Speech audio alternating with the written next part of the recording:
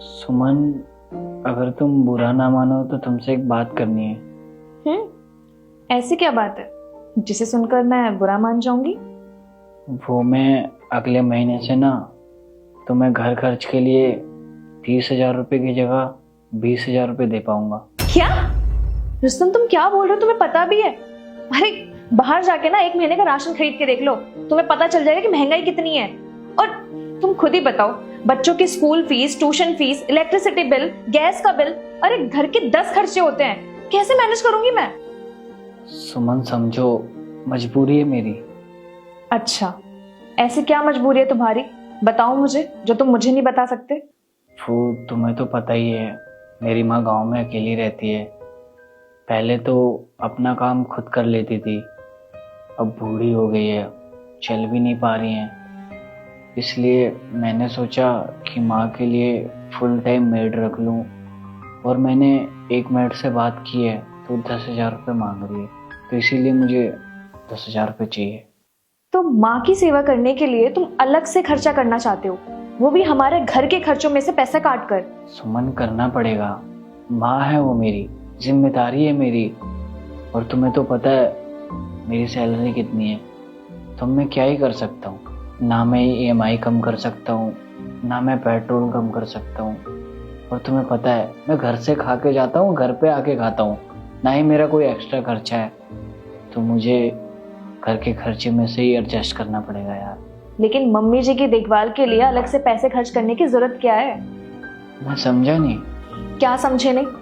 अरे वो सिर्फ तुम्हारी माँ नहीं है, मेरी भी सासू माँ है, हमारे बच्चों की दादी है वो। तो उनकी सेवा और देखभाल हमें करना चाहिए, कोई और क्यों करेगा भला? यार मुझे लगा अगर मैं तुम्हें बोलूँगा तो तुम मेरे पे चिल्लाओगी कि मैं घर संभालूं, बच्चों को संभालूं, या तुम्हारी माँ को। और वैसे भी 2 BHK फ्लैट है यार हमारा, एक में बच्चे रहते हैं, एक में हम दोनों रहते हैं, तो माँ कहाँ रहेंगी? तुम कैसी बात कर रहे हो तुम? मम्मी जी बच्चों के कमरे में रह लेंगी ना, और हमारा क्या है, हम तो कहीं भी एडजस्ट कर लेंगे। सुमन, तुम पे कोई प्रेशर नहीं है, वैसे भी माँ को गांव में अच्छा लगता है, तो गांव में रह लेंगे, तुम फिक्र मत करो। रुस्तम, इसमें परेशानी होने वाली बात क्या है? तुम्हारी माँ मेरी माँ है, हम दोनों मिलकर सेवा करेंगे उनकी। सुमन, बस 10,000 रुपये की तो बात है। रुस्तम, बात पैसों की नहीं है, बात है फर्ज की। और इस वक्त ना हमारा फर्ज बनता है कि हम लोग उनकी देखभाल करें। और रुस्तम, तुम ही बताओ, हम अपने बच्चों को क्या परवरिश देंगे? हम उन्हें ये सीख देंगे कि जब माँ बाप बूढ़े हो जाएं तो हम उन्हें किसी और के सहारे छोड़ दें? देखो रुस्तम, मैं उन्हें ये परवरिश नहीं देना चाहती। मैं चाहती हूँ कि वो भी अपनी दादी की कहानियां सुन के सोएं। मैं चाहती हूँ कि हमारे बच्चे दादी के साथ खेलें, उनके साथ रहें, और इससे बच्चों का भी मन लगेगा। और वैसे लोग कहते हैं ना, बड़े बुजुर्ग की सेवा करने से स्वर्ग का द्वार भी खुल जाता है। और हाँ, अब तक मैंने तुम्हें इसलिए नहीं बोला क्योंकि उनको गांव में रहना पसंद था और वो अपना काम खुद कर लेती थी।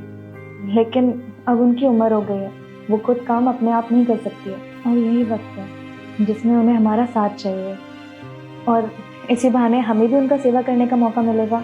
तो जाओ और जाकर उन्हें लेकर आओ। मैं बहुत लकी हूँ यार, मुझे तुम्हारी जैसी वाइफ मिली। लकी तो हो तो